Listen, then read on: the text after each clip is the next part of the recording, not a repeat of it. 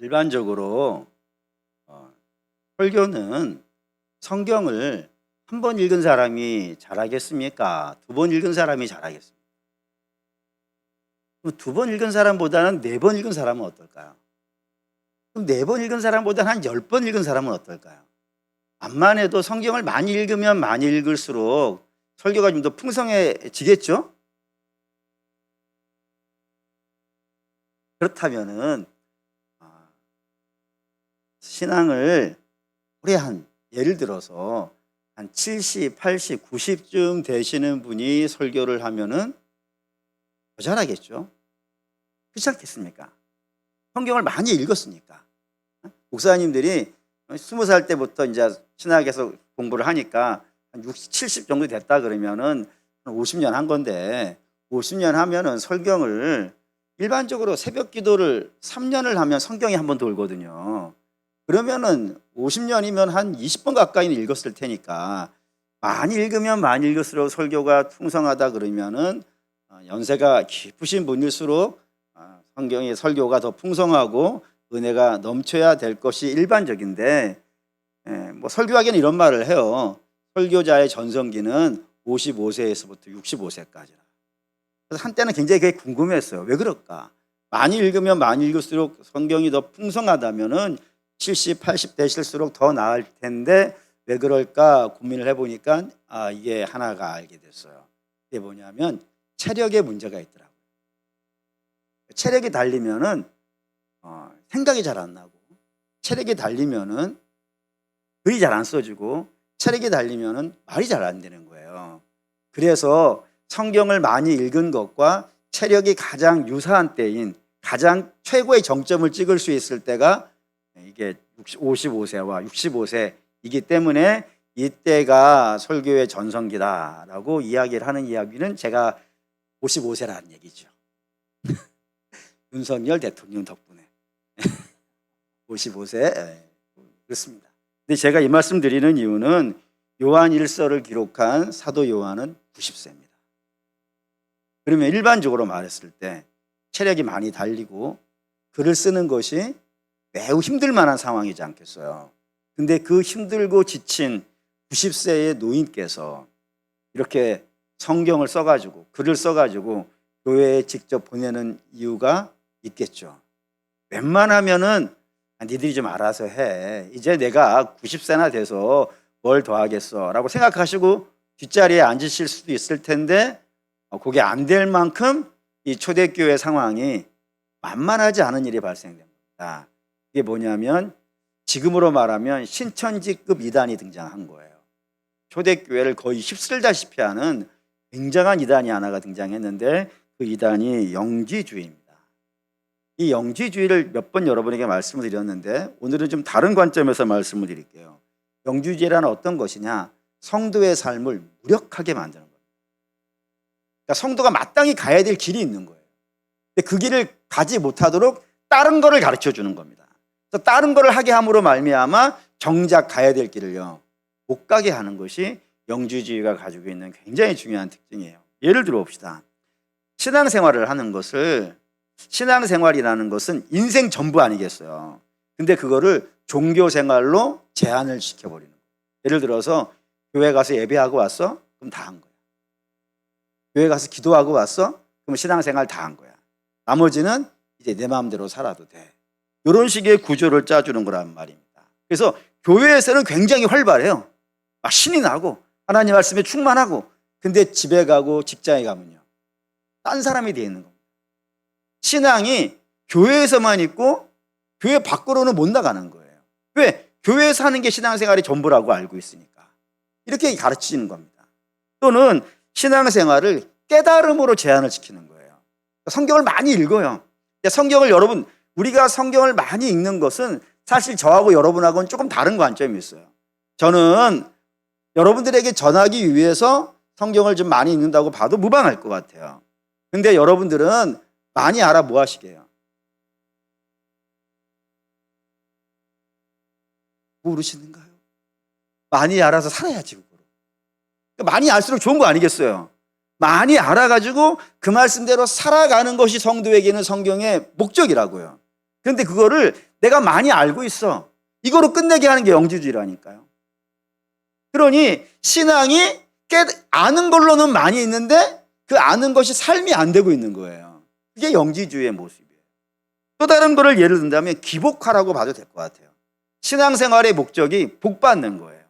그래서 복 받으면 신앙생활을 잘한 것이고, 복을 만약에 못 받았어. 근데 그 복이 내가 생각하고 있는 그 복이야. 육체의 복이야. 그 복을 내가 받았으면 신앙생활을 잘한 것이고, 그거를 못 받았으면 신앙생활을 잘 못한 거야. 내가 해가지고 모든 성도들이 다 교회 모여서 복복복거리고 있는 거예요. 그리고 그 복에 합당한 삶을 사는 것은요, 안 하고 있는 거예요.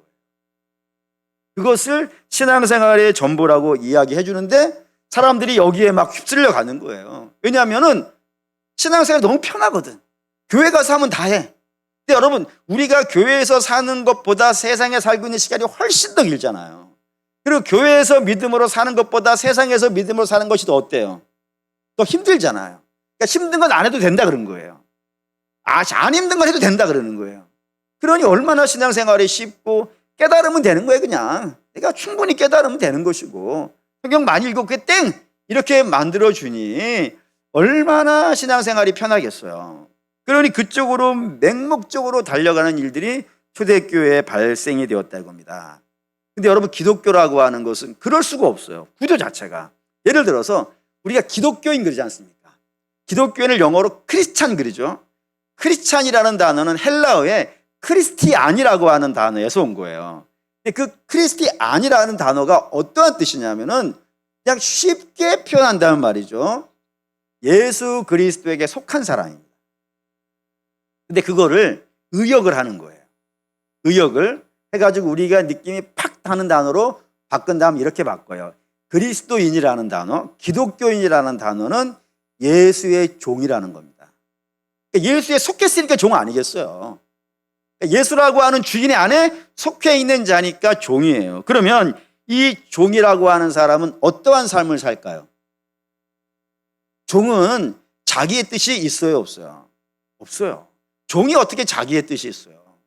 종은 오직 누구의 뜻만 있어요? 주인의 뜻만 있어요. 그래서 내가 명받은 곳에서 주인의 뜻을 그대로 실천하고 살아가고 있는 사람이 종이란 말입니다. 그거를 예수의 종으로 끌고 온다면 이렇게 되는 거예요. 유명한 문구를 해볼까요? 이제는 내가 없고 오직 예수님만. 그게 예수의 종의 모습이에요. 이 땅에서 내가 이루고 싶은 욕심은 없어. 오직 주께서 내게 명령하신 그 명령 하나를 가지고 이 땅에 살아가고 있는 사람, 그런 사람을 누구라고 한다고요? 기독교인, 이렇게 부른다 이거예요. 우리가 교회 다닌 정도의 개념이 아닌 거예요. 그럴 수밖에 없는 게, 옛날에는 우리가 불신자였을 때는 누구에게 속해 있었나요? 성경은 이렇게 얘기해요. 죄에 속해 있었고, 다시 말해 죄의 종이었고, 또 옛날에는 사단의 종, 즉 거짓의 아비라 그랬죠. 거짓의 아비에 속해서 거짓을 하고 살아가는 사람, 그런 사람이 불신자인데, 그런 사람들은 어떻게 살겠습니까, 여러분? 네? 사단에 속해 있고 죄에 속해 있는 자는 어떻게 살까요? 죄를 지며 살까요? 아니에요. 죄를 지며 사는 게 아니라 사단에 속해 있고 죄에 속해 있는 사람은 자기 마음대로 살아요. 자기 하고 싶은 대로 살아요. 내 뜻을 이루는 게 목표예요. 그러니까 사단도 너 죄져 그러지 않는다고요. 흔히 말해서 그게 실제로 있는지 없는지는 잘 모르겠는데, 사단경이라는 책이 있다고 하더라고요. 거기에 1장 1절에 뭐라고 되어 있냐면 네 마음대로 살아라. 네 하고 싶은 대로. 그게 사단이 전술이에요. 근데 그렇게 살던 사람이라 이겁니다. 근데 그렇게 살던 사람이 이제는 어떻게 되는 거예요? 예수에게 속했다니까요. 그럼 이제 어떻게 산다고요? 예수의 뜻을 따라 산다고요. 이게 구약도 마찬가지예요. 구약 이스라엘은 하나님의 뜻을 따라 살 수가 없었어요. 왜냐하면 그가 어디에 속해 있었으니까? 바로에게 속해 있었으니까. 그러니 어떻게 살 수밖에 없겠어요? 바로의 뜻을 따라 사는 거예요. 바로의 뜻을 따라서. 그래서 밤낮 죽도록 일만 하고 살아가는 그런 모습이 바로에게 속해 있는 자인데, 하나님은 저들이 그렇게 살아면 안 된다는 거예요. 저들은 어떻게 살아야 돼요? 열방의 제사장으로 살아야 돼. 그게 하나님의 뜻이에요. 그래서 바로 안에 속해 있어가지고는 열방의 제사장의 삶을 살 수가 없으니까 어떻게 하는 거예요? 빼내는 거예요. 거기서는 바로의 종으로 살면 안 돼. 죄의 종으로 살면 안 돼. 그러니 거기에서 나와야 돼. 하나님 거기에 놀라운 역사를 막 하시는 거예요. 10가지 재앙을 내리기도 하시고 바다를 가르기도 하시고 그렇게 불러내서 광야 한복판에 저들에게 무엇을 주시고 율법을 주시고 그 율법을 갖고 어디가 살라고요? 모든 세상이 주목하고 있는 땅. 거기서 살라고.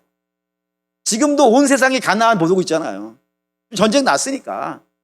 항상 이스라엘은 그린 땅이에요. 뭐 어떠한 상황이 되더라도 늘 모든 열방이 주목해 그 땅을.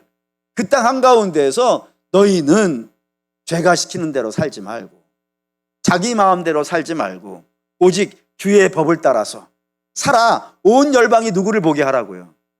하나님을 보게 하라. 그 사명을 갖고 살게 하시려고 애굽에서 빼내시는 거라 이겁니다. 그러니까 사는 거예요, 신앙이라고 하는 것은. 아예 그냥 주께서 이런 말씀을 하셨죠. 너희는 세상의 빛이라. 너희는 세상의 소금이라. 소금과 빛은 어디에서 활동하는 것이냐면 빛은 어둠 가운데서 어둠을 몰아내는 삶을 사는 것이고 소금은요 부패에 가고 있는 곳을 깨끗하게 지켜내는 삶을 사는 거예요. 그러니까 악한 곳에서 하나님의 뜻을 드러내며 살아가는 거예요. 누가 봐도 보여. 그렇지 않아요? 어둠 가운데서 빛된 삶을 사니까 그의 삶이 누가 봐도 보이고 부패에 가고 있는 곳에서 믿음의 삶을 살고 있으니까 누가 봐도 보인다고요. 그러니까 신앙이라고 하는 거, 기독교의 신앙이라는 것은 음울한 데 숨어 있고 머릿속에서 상상하고 있고 마음으로 깨닫고 있는 그 정도의 개념이 아니라 하나님과의 관계가 되어져 있으면 반드시 그 관계가 뭘로 증명되는 거예요? 다 삶으로 나와요. 10계명도 그렇죠? 1계명에서부터 4계명 하나님과의 계명이 잘 되어져 있어요. 그 믿음이 잘 정립되어 있어요. 그러면 5계명부터는 다 뭐예요? 다 눈에 보이는 것들이에요. 부모에게 순종하고 살인하지 않고 거짓말하지 않고 남의 아내를 탐나지 않고 남의 걸 훔치지 않고 전부 다 눈에 보이는 거라고요. 그러니까 믿음이 잘 돼 있어요. 하나님과의 우리와의 관계는 사실 눈에 보이지 않는 관계예요. 그 눈에 보이지 않는 관계가 잘 되어져 있는 사람은 반드시 그 삶의 아름다운 변화. 그게 우리의 힘과 노력으로 되는 것이 아니라 가지가 나무에 붙어 있음으로 말미암아 그 나무의 진을 공급받아 가지고 반드시 자기의 가지의 나무의 존재의 가치, 나무의 정체성을 드러내는 게 열매 아니겠어요. 그러니 신앙이 잘 돼 있으면 우리 안에는 반드시 예수 그리스도의 믿음의 삶이 나타나야 되는 것이 신앙의 본질인데 영지주의는 그 반대편에 있는 거예요. 하나님이 가는 곳으로 성도들을 안 끌고 가고 있고 저들을 딴 곳으로 끌고 가고 있으니까 하나님과의 관계가 어떻게 되겠어요? 막히겠지. 하나님과의 관계가 막히면은 저들의 삶은 더 온전해지지 못할 것이고 더 실망한 삶이 될 것이고 더 실패한 삶을 살다가 결국에는 망하는 일 발생하지 않겠어요. 그러니 이 목자된 요한은 비록 90세가 되어서 더 이상 글을 쓰고 이런 것들이 참 힘들고 어려운 만한 나이임에도 불구하고 자기의 성도들이 하나님과의 관계가 멀어지는 인생이 되어주고 하나님의 그 믿음의 역사가 저들의 나뭇가지에 열리지 않는 그런 삶이 되어져서 잘려져 버려지는 것이 너무나도 고통스러워서 이 노구의 몸을 이끌고 이 편지를 쓰고 있더라 이겁니다. 그러니 너희가 예수님과의 관계 아래에 있다면 믿음의 관계가 잘 되어져 있다면 너희의 삶에 반드시 나타나야 되는 것이 있다는 거예요. 그걸 오늘 지금까지 읽은 거는 두 가지였어요. 두 가지 중에 첫 번째는 요한일서 3장 9절입니다. 3장 9절. 부정적인 관점에서 하나님과의 관계가 잘 되어져 있는 사람은 3장 9절에 열매를 맺습니다. 읽겠습니다. 하나님께로부터 난 자마다 죄를 짓지 아니하나니 이는 하나님의 씨가 그의 속에 거함이요 그도 범죄하지 못하는 것은 하나님께로부터 났음이라라고요. 그러니까 하나님과의 관계가 잘 되어져 있는 사람. 옛날에는 허물과 죄로 죽어 있었기 때문에 죄에 대해서 반응하지 않습니다. 남들도 다 그렇게 살아. 이게 뭔 큰 죄야. 다 이렇게 넘어가던 개념들이었어요. 근데 우리 주로 말미암아 우리의 심령들이 살아나게 되어주고 그리고 우리가 주 앞에 깨어나게 되어진다면 비로소 뭐에 대한 반응을 한다고요? 죄에 대한 반응을 한다고요. 그 반응을 어떤 식으로 하냐면 죄가 어떻게 보이는 거예요? 너무 싫은 거예요. 죄가 너무 불편한 거예요. 죄를 좀 이따 다시 한번 얘기하겠지만 죄가 너무 고통스럽고 너무 괴롭고 그것을 떼어내고 싶어하고 그런 일들이 발생되어지는 것이 하나님께로부터 난 자, 다시 말해서 구원받은 자의 모습의 하나로 등장하고 있고요. 이건 우리가 지난번에 했으니까 두 번째로 11절 봅시다. 4장 11절. 4장 11절 읽겠습니다. 사랑하는 자들아,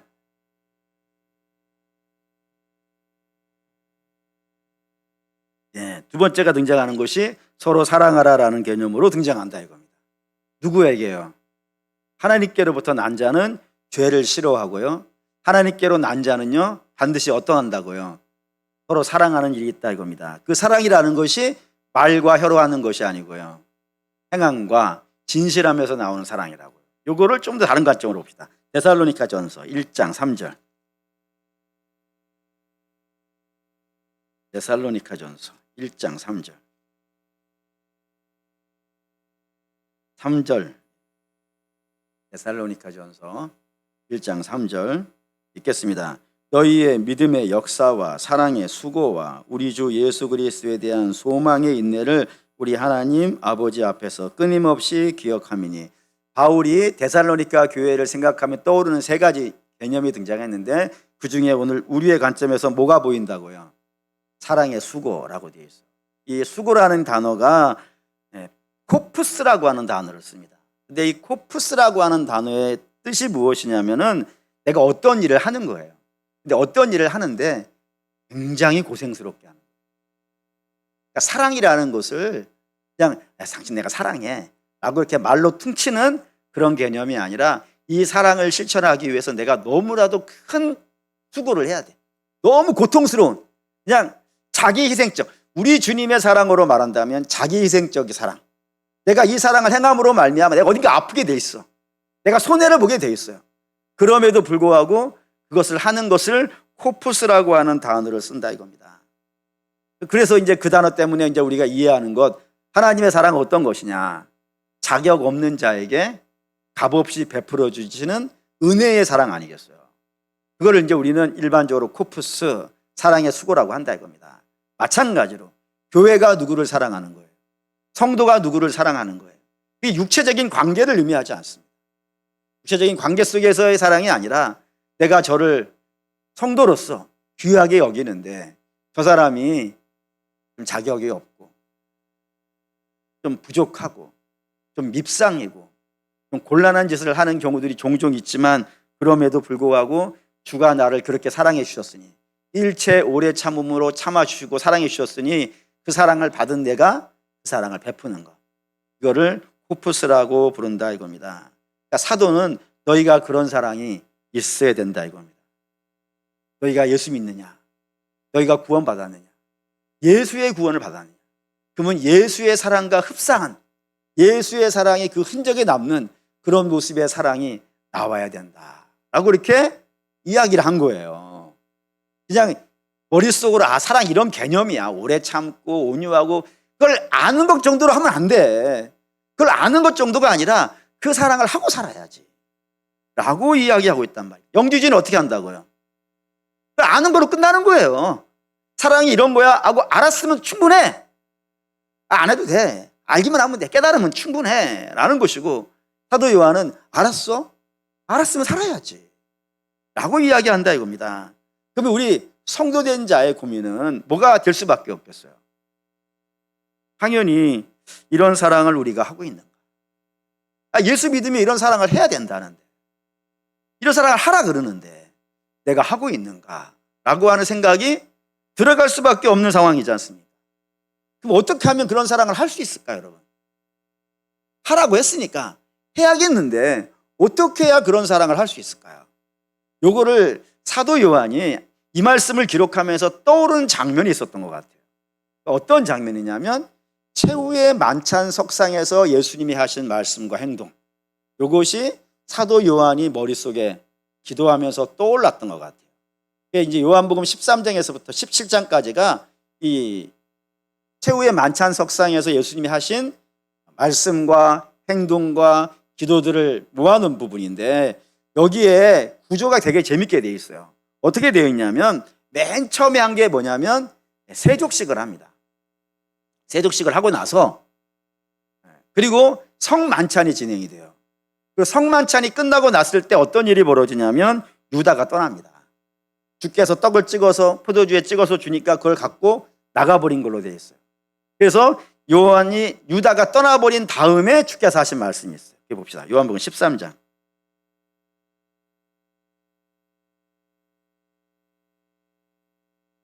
13장 34절. 31절에 그가 나간 후에 이렇게 나가죠. 이게 그가 누구냐면 유다가 나갔어요. 그리고 34절 읽겠습니다. 새 계명을 너희에게 주노니 서로 사랑하라. 내가 너희를 사랑한 것 같이 너희도 서로 사랑하라. 라고 이렇게 나갔어요. 세족식을 해서 깨끗하게 해주시고 성만찬을 줬어요. 근데 유다는 그걸 갖고 나가버렸어요. 성만찬에서 제외가 됐어요. 그리고 이제 남은 사람들이에요. 여기서 서로라고 하는 사람은 남아있는 사람들이에요. 세족식을 받았고 성만찬도 먹었어요. 그런 사람들에게 주께서 뭐라 하시냐면 너희 이제 서로 사랑하라 라고 말씀하셨다는 겁니다. 근데 이 서로라고 하는 이 사람들, 예수님의 11명의 제자, 유다를 제외한 11명의 제자는 서로 성향도 다르고 생각도 다릅니다. 그래서 사사건건 어떤 일을 일으켜요? 분쟁하고 싸우고 다퉈요. 누가 더 높냐? 누가 더 높아질 거냐? 이런 것만 갖고 치열하게 싸우던 자들인데 그들에게 이제 너희는 서로 사랑하는 사람이 되라. 그때 이 사랑이 요한일서가 말하고 있는 서로 사랑하라 라고 하는 것과 같은 개념이에요. 어떻게 하면 그런 사랑을 할 수 있을까요, 여러분? 그게 14장 17절과 18절입니다. 14장 17절, 18절 읽겠습니다. 그는 진리의 영이라 세상은 능히 그를 받지 못하나니 이는 그를 보지도 못하고 알지도 못함이라. 그러나 너희는 그를 아나니 그는 너희와 함께 거하심이요 너희 속에 계셨음이라. 내가 너희를 고아와 같이 버려두지 아니하고 너희에게로 오리라. 진리의 성령, 그 성령께를 보내신다는 거예요. 보내셔서 너희를 어떻게 하시겠다고요? 고아와 같이 버려두지 않겠다고요. 다시 말해서 이들에게 명하신 서로 사랑하라고요. 그거를 자기의 힘으로는 못한다 이거예요.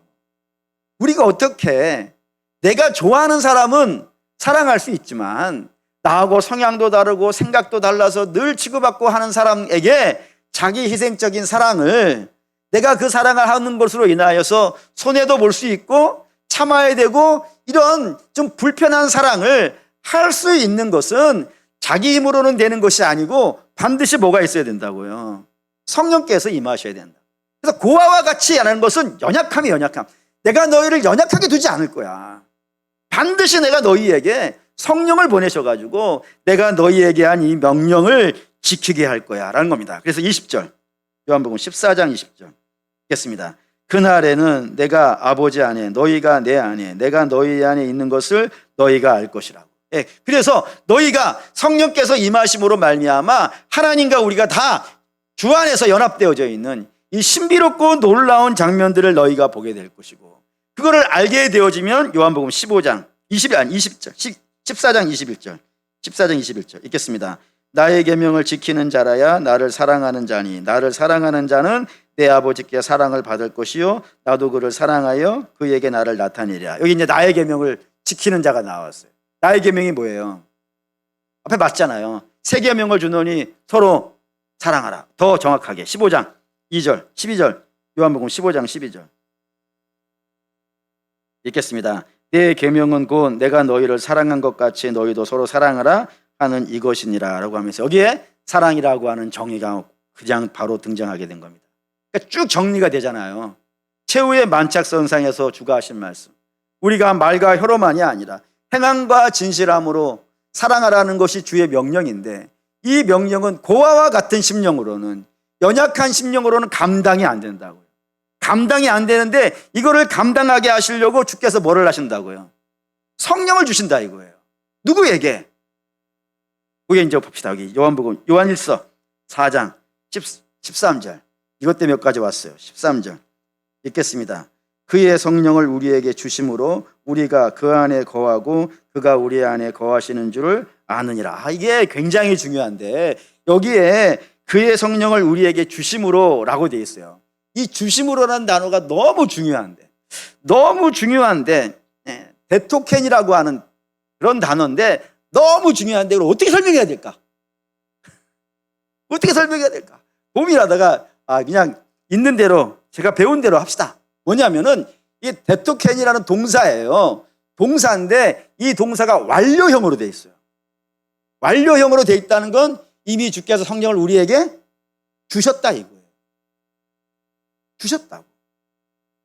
우리가 인지하지 못하는 상황에 주가 우리를 구원하듯이 우리가 십자가로 구원해달라는 걸 언제 부탁한 적도 없고 주께서 창세전에 예비하시고 때를 따라 아들을 말미암아 구원하시고 우리에게 성령을 주셨단 말이에요. 아무런 조건과 자격을 따지지 않고 받을 만한 사람인지 아닌지 따지지도 아니하고 주께서 우리에게 이미 성령을 주셨다고요. 요엘서 2장 28절 이런 말씀이 있죠. 내가 말일에 만민에게 뭘 부어주겠다고요? 성령을 부어줄 텐데 이 성령을 부어주는데 밑에 이런 문장들이 나와요. 노인이든 아이든 남자이든 젊은이든 남자이든 여자이든 또는 주인이든 종이든 상관없이 어떠한 자격도 묻지 않고 내가 예비한 자들에게 내가 택한 자들에게 성령을 부어주겠다고. 그 부어준 성령이 사도행전 2장에 저들에게 느닷없이 등장한 거 아니겠어요? 느닷없이 등장하였고 우리에게도 그 성령이 주가 이미 주셨다고요. 이미 주셨다고요. 그 이미 주신 받은 성령을 갖고 너희는 이제 어떻게 해야 된다고요? 주의 계명을 서로 사랑하라고 하는 계명을 지키고 살아야 된다라는 겁니다. 그럼 이제 더 중요한 질문이 남았어요. 더 중요한 질문은 내가 예수를 믿는다는 것은 정신적인 활동이 아니라 그랬어요. 공부하는 게 아니라고 했어요. 예수를 믿는다는 것은 삶의 변화라고 말을 했고 그 삶의 변화가 일어나는 것은 내 힘으로 일어나는 것이 아니고 성령께서 내 안에 계셔야 돼만이 임하는데 주께서는 성령을 이미 주셨다 그러는 거예요. 그러면은 우리 안에 성령이 이미 있는 것 아니겠어요? 그러면 우리 안에 성령이 있는지 없는지 어떻게 할까요? 어떻게 할까요? 이건 이제부터는 그 영국에 가면은 웨스트민스터 교회라고 하는 유명한 교회가 있어요. 거기에 복음주의 설교에 아마 최고의 정점을 찍는 목사님이 한 분 계셨어요. 그분이 누구냐면 마틴 로이드 존스라고 하는 목사님인데 그분이 우리 안에 만약에 성령이 계시다면 나타나는 7가지 체크리스트를 책에 썼어요. 그걸 제가 봤는데 그걸 제가 여러분에게 말씀드릴 테니까 한번 여러분들 나름대로 그 체크리스트에 한번 체크해 보면서 이게 체크가 되어지면 예라고 할 수 있으면 성령이 계시다라고 생각할 수 있다라고 하는 거니까 하나씩 봅시다. 첫 번째, 낮은 단계에서부터 할게요. 제일 초급 단계에서부터. 첫 번째는 뭐냐면 성령 받기를 원하십니까? 이게 왜 이렇게 등장하냐면 골로새서 볼까요? 골로새서 3장 3절. 골로새서 3장 3절. 3장 2절 죄송합니다. 3장 2절. 골로새서 3장 2절. 읽겠습니다. 위의 것을 생각하고 땅의 것을 생각하지 말라 했습니다. 일반적으로 믿음이 없는 사람들은 뭐를 생각합니까? 땅의 것을 생각합니다. 저들에게 중요한 것은 먹고 마시고 입고 놀고 자고 갖고 이런 것들, 이 땅에 있는 땅에서만 거래되는 것, 하늘에서는 별로 가치가 없는데 사실 여러분 우리가 가지고 있는 재산이 하늘나라에서 쓸모가 있겠습니까? 우리가 이 땅에서 가지고 있는 명예와 이 땅에서 가지고 있는 지식이 하늘나라 가면 쓸만한 거겠습니까? 하나도 못 가져가요, 여러분. 하나도 못 가져가는 것에 대해서 이 땅의 사람들은 거기에 올인한다고요. 전념한다고요. 너희는 그러지 말고 너희는 구원받은 사람이니까 땅의 것이 필요 없다는 게 아니야. 그것만 생각하지 말고 구원받은 자는 어디를 생각하라고요? 위의 것. 위의 것이 뭐겠어요? 하늘의 것. 하나님이 같이 있다고 하는 것. 주께서 우리에게 구하러 간 거 있죠. 뭐를 구하라고 하셨어요? 성령을 구하라 했단 말이에요. 그러니 그 하나님의 택함 받은 자녀들은 하나님이 같이 있다고 하는 것, 그 위의 것, 영적인 것, 이 땅에서는 별로 쓸모없다고 하는 것, 믿음과 소망과 사랑 뭐 이런 것들, 그런 것들을 구하는데 그 중에 최고의 정점에 있는 것이 성령이라고 했습니다. 이 성령을 구하고 있고 성령을 간구하고 있다면 그는 성령이 있는 사람일 것이다 라는 겁니다. 두 번째 체크리스트 체크해 보시죠. 죄의식이 있는가라는 겁니다. 왜 그러냐면 앞에도 말씀드렸다시피 이 땅에 있는 모든 사람들은 죄와 허물에 대해서요 죽어 있어요. 죽어 있기 때문에 죄에 대해서 반응하지 않아요. 죄를 얘기하면요 굉장히 불편해해요. 그리고 죄를 이야기하면 자기를 모욕한다고 생각을 해요. 아니 나 같은 사람이 무슨 죄인이야 라고 하면서 죄를 이야기하는 사람을 멸시하고 천대하고 뭐 그런 것 우리가 이미 성경을 통하여서 이 땅의 복음의 역사를 통하여서 우리가 알고 있는 거예요. 그런데 구원받은 사람은 영이 살아난 사람 아니겠어요? 영이 살아났으니까 이제 영적인 감각들이 회복된 거 아니겠어요? 영적인 감각들이 회복되어졌으면 가장 먼저 나타나는 반응이 뭐냐면 죄에 대해서 반응을 해요. 죄가 아프고 뭐가 죄인지를 알고 내가 왜 죄인인 줄 알고 그리고 그 죄인 줄 알았으니까 뭐가 죄고 뭐가 죄인인지 알았으니까 회개는 누구의 몫이겠어요? 여러분 불신자들이 회개하지 않습니다. 아무리 회개하라고 해도 내가 뭔 죄를 졌냐고 할 뿐이지 회개가 뭔지를 몰라요. 그런데 구원받은 사람이 죄에 대한 반응을 할 줄 아는 사람이 회개하라고 하면은 그 회개에 대해서 회개할 줄도 안단 말이에요. 그러니까 죄에 대한 인식과 회개는 성령 받은 자의 증거라 볼 수 있다는 겁니다. 세 번째 체크리스트. 예수 그리스도를 주라고 시인하는가 봅시다. 고린도전서 12장 3절. 고린도전서 12장 3절에 유명한 말씀이 있어요. 고린도전서 12장 3절 읽겠습니다. 그러므로 내가 너희에게 알리노니 하나님의 영으로 말하는 자는 누구든지 예수를 저주할 자라 하지 아니하고 또 성령으로 아니하고서는 누구든지 예수를 주라 시인할 수 없느니라 하면서 예수를 주라 시인하는 것, 믿음을 고백하는 것, 성령이 나타나서 임하여서 나타내는 증거들 중에 하나일 수 있다라고 이야기하고 있다 이겁니다. 뭐 잘하는 거니까 뺍시다. 네 번째, 두 개의 성품이 내 안에서 전쟁하는 걸 느낍니다. 무슨 말이냐면 예수를 믿기 전에는 우리 안에 두 개의 심성이 살아있잖아요. 뭐만 있냐면 육체만 있습니다. 그래서 영적인 건 당연히 반응하지 않으니까 죄에 대해서 반응 없이 일방적으로 갈등 없이 죄와 의에 대해서 갈등 없이 그냥 죄를 향해서 쭉 직진을 해요. 그런데 죄가 주의 은혜로 말미암아 인지되어진 영이 살아난 사람들, 그런 사람들은 당연히 우리 안에 이 두 가지가 전쟁을 해요. 물론 이 두 가지 중에 죄가 완전히 사라지고 육체가 완전히 사라지고 영만이 충분하게 나타나는 시대가 올 겁니다. 언제예요? 주가 임하시는 날. 그날 우리의 몸은 주와 같이 변할 거거든요. 그때는 이거 완전해질 거니까 그때는 이런 갈등 없어요. 그런데 그때가 되기 전까지는 우리 안에는 그게 누구이든지 간에 사도이든 우리이든 관계없이 우리 안에는 이 두 개의 심성이 하나님을 사랑하고 그리고 육신을 따라가려고 하는 이 두 마음이 날마다 전쟁을 해요. 전쟁하면 장면 봅시다. 로마서 7장 18절. 사도 바울에게도 이런 이야기를 담아놓은 이야기가 있어요.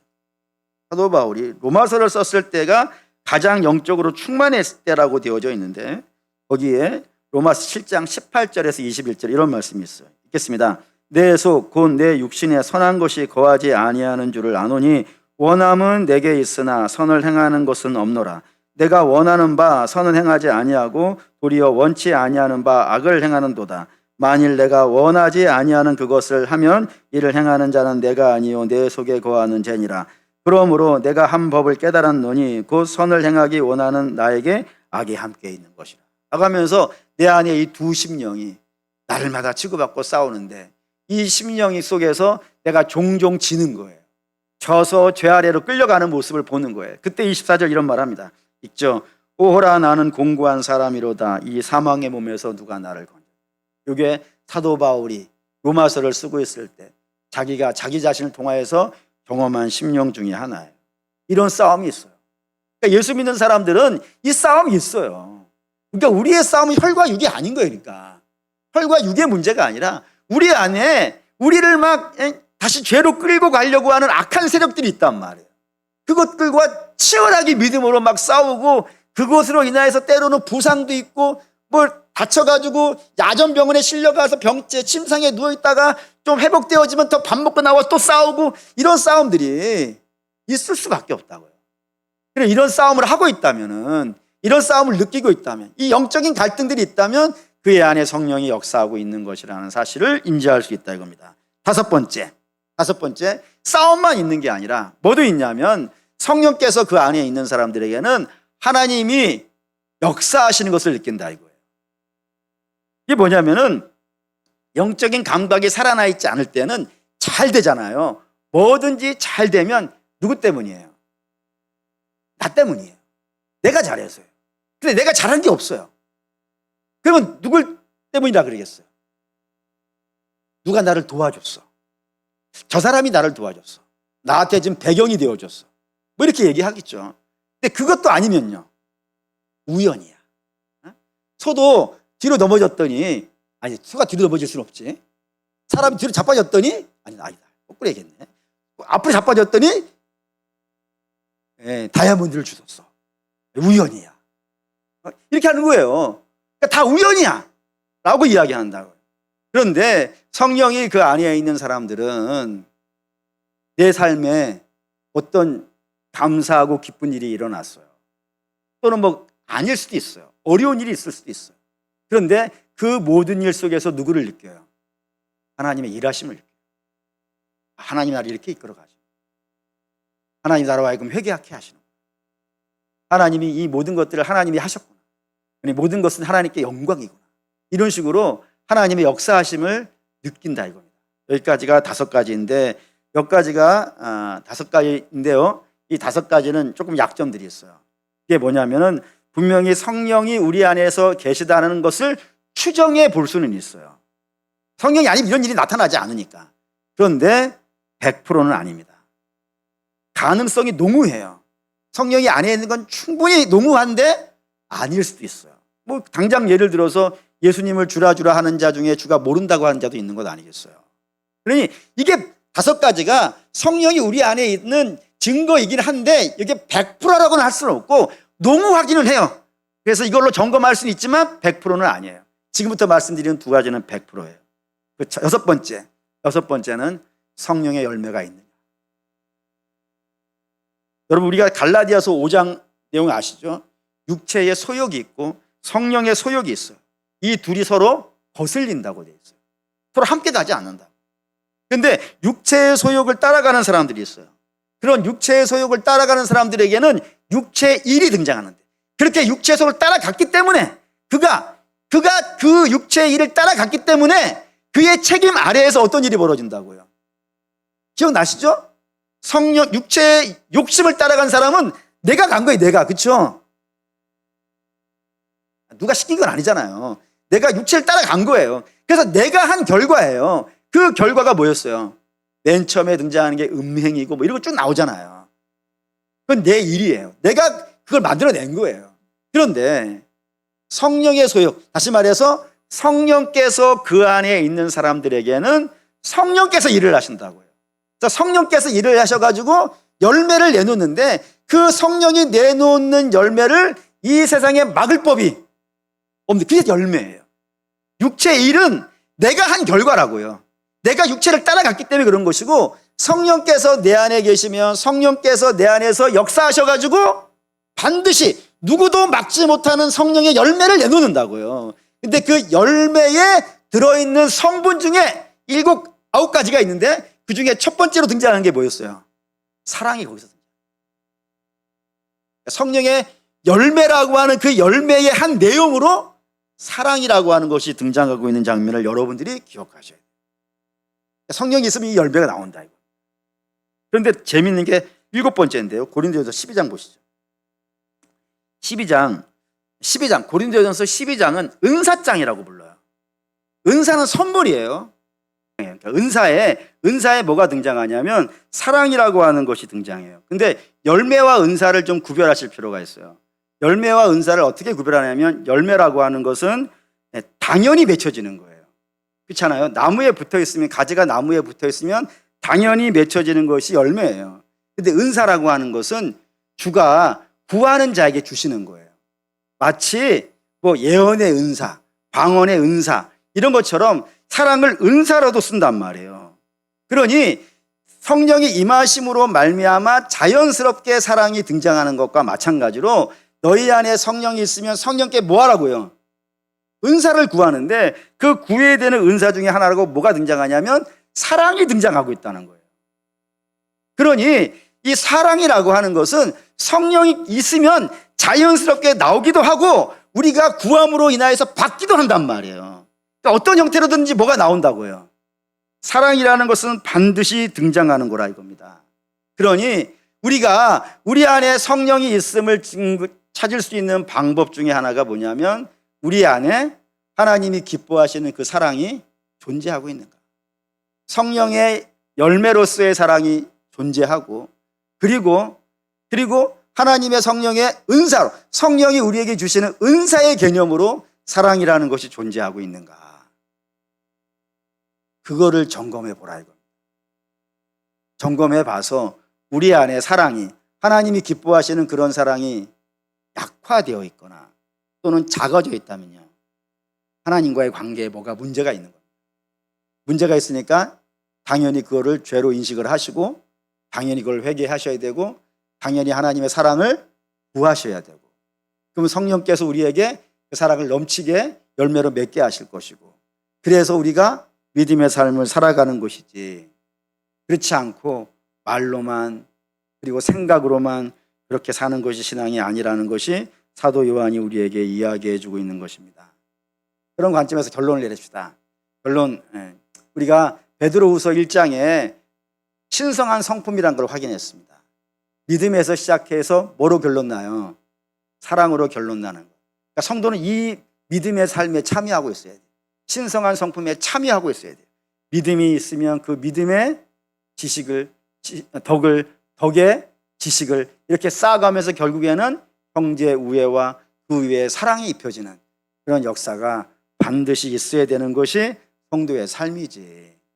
그렇지 않고 그냥 머릿속으로만 마음속으로만 하나님이 내 중심을 아시겠지 하면서 그렇게 살아가는 것은 성도의 삶이 아니라라는 것이 사도 요한이 우리에게 이야기해 주는 겁니다. 다시 결론을 봅시다. 요한 1서 다시 4장 13절 다시 한번 읽도록 하겠습니다.